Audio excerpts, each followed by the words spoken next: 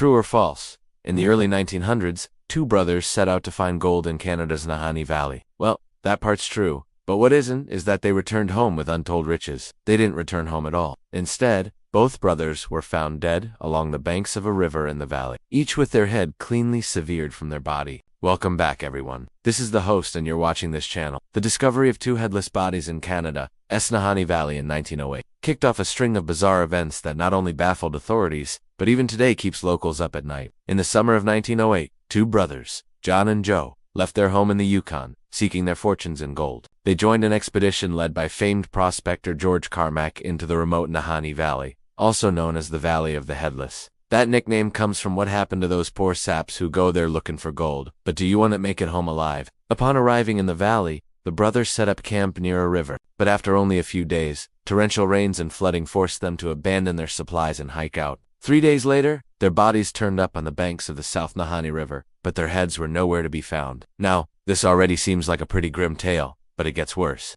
See, this wasn't the first time this had happened. For decades, prospectors and explorers had been turning up dead in the valley, and most of them were missing their noggins, too. Authorities investigated these supposed murders, but they were unable to find any evidence of foul play. There was no sign of struggle, and most of the victims had no obvious enemies. All they had in common was their presence in the valley, which some have claimed is cursed. One of the earliest recorded deaths in the area dates back to 1846, when explorer Sir John A. Macdonald set out to map the area. While crossing the Nahanni Falls, he and his two companions were thrown into the raging water and swept over the falls. Only one of them survived, but he would later die of exposure while trying to get help. And to this day, no one knows what happened to his head. Then in 1887, two prospectors named George Despard and Philip Knapp were exploring the area when they were killed by a robber. Locals said that Knapp had boasted about robbing First Nations people and desecrating their burial grounds. So, perhaps the slide was payback of a sort. However, 2 years later, another prospector was killed in the same rock slide, and nobody accused him of being a racist. Then in 1912, 4 men went missing while working on a mining claim. Search parties were sent out to look for them,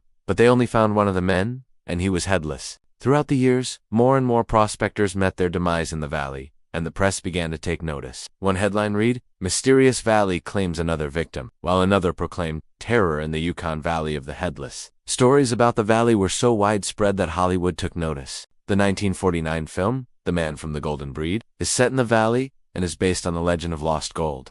But where did the legend come from? Some say it was caused by a giant named Ukalish, who lives in the mountains and hates intruders. Others blame a vengeful First Nations spirit who is protecting her burial ground. The truth is, we may never know what really happened to all of those men. But local legends say that if you hear a whistle echoing through the mountains, you should run away fast. Because when the whistle blows, the curse takes another life. What do you think happened to all of those men?